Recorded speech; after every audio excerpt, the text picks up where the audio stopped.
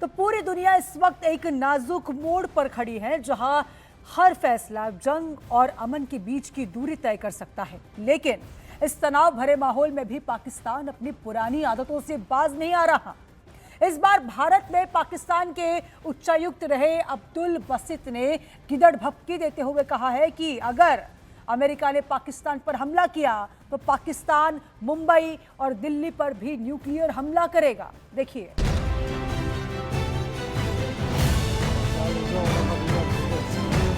Iran जंग के बीच पाकिस्तान के पूर्व उच्चायुक्त की गीदड़ भभकी। अब्दुल बासित का बयान, भारत पर न्यूक्लियर अटैक करेगा पाकिस्तान। पश्चिम एशिया में इस वक्त जो कुछ हो रहा है वो किसी तबाही के तूफान से कम नहीं। लेकिन एक तरफ ये तूफान है तो दूसरी तरफ पाकिस्तान की अपनी कहानी है। जिस देश को दुनिया घास डालने को तैयार नहीं, उसी पाकिस्तान के पूर्व उच्चायुक्त कहते हैं कि अगर अमेरिका ने पाकिस्तान पर हमला किया तो पाकिस्तान दिल्ली और मुंबई पर हमला करेगा। खास बात यह कि पाकिस्तान के पूर्व उच्चायुक्त अब्दुल बासित इस दौरान न्यूक्लियर रेंज का भी जिक्र करते हैं कि अगर अमेरिका ने पाकिस्तान पे कोई हमला कर दिया, हमारे तो अगर हमारे न्यूक्लियर रेंज में नहीं भी अमेरिका, लेट्स से अगर हम खलीजी ममालिक में जो है उनके अड्डों तक भी नहीं पहुंच सकते या हम इसराइल पे भी हमला नहीं कर सकते, हमारे लिए क्या वाहिद रास्ता होगा आपके ख्याल में? इंडिया। हमने तो देखिए और कुछ नहीं करना। हमने तो अगर हमारी रेंज वहां ना भी हुई और अब हम पे कुछ किसी ने बुरी नजर से देखा तो हमने तो बगैर सोचे समझे भारत पे, मुंबई पे अटैक कर देना है, न्यू दिल्ली पे कर देना है। हमने तो छोड़ना नहीं है। वैसे एक बात तो है, पाकिस्तान को अपनी हैसियत का पता है।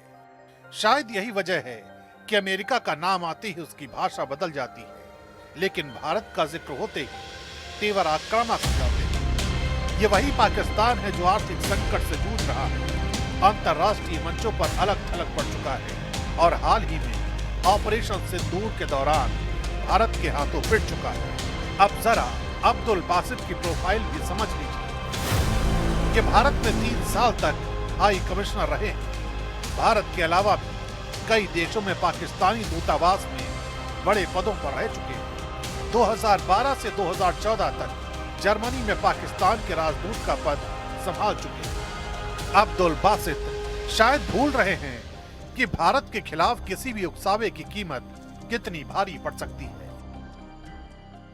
जो एक्स पाकिस्तानी ऑनवॉय है अब्दुल बासित, इनकी भाषा दिखाती है इनकी मानसिकता क्या है। जिहादी मानसिकता, मानवता के लिए खतरा है पाकिस्तान, पूरी दुनिया के लिए खतरा है। अफगानिस्तान में देखे ना क्या कर रहे हैं, और आज मानसिकता दिखा दी ना। इनके न्यूक्लियर वेपन केवल अमेरिका के लिए नहीं, पूरी दुनिया के लिए थ्रेट है। और पाकिस्तान से निकला हुआ आतंकवाद ये पूरी दुनिया के लिए खतरा है, केवल भारत के लिए नहीं। हमने तो देखा है ओसामा बिन लादेन कहाँ मिला है। हर टेररिस्ट ऑर्गेनाइजेशन का लिंक पाकिस्तान से क्यों मिलता है। और एक बात स्पष्ट है, ये पाकिस्तान में कोई गुड़ पाकिस्तानी नहीं है। ये जो अब्दुल बासित है ये दिखाता है कि वहाँ पे हर एक व्यक्ति, वहाँ पे जो मुल्ला है, वहाँ पे जो मिलिट्री है और जो मुजाहिदीन है, मिलिटेंट है, ये सब एक ही सोच के हैं।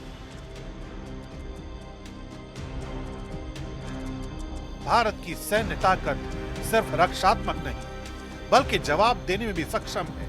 यही वजह है कि ऐसे बयान भले ही सुर्खियां बना ले, लेकिन जमीनी हकीकत में इनकी विश्वसनीयता सीमित रहती है। भारत के पास ऐसी आधुनिक सैन्य क्षमता है जो दूर तक सटीक जवाब देने में सक्षम मानी जाती है।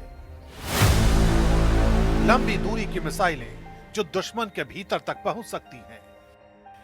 एडवांस एयर स्ट्राइक क्षमता जो सटीक निशाना साध सकती है। Multi layer air defence system जो हमलों को रोकने में सक्षम है।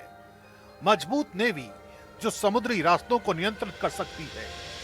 हाईटेक सर्विलांस और ड्रोन सिस्टम जो हर एक्टिविटी पर नजर रखते हैं। पलक झपकते ही भारत कराची से इस्लामाबाद तक कोहराम मचा सकता है। यानी भारत को किसी भी जवाब के लिए ज्यादा आक्रामक कदम उठाने की जरूरत नहीं होती, क्योंकि उसकी मौजूदा क्षमता ही एक मजबूत डेटरेंस यानी रोकने वाली ताकत के रूप में काम करती है।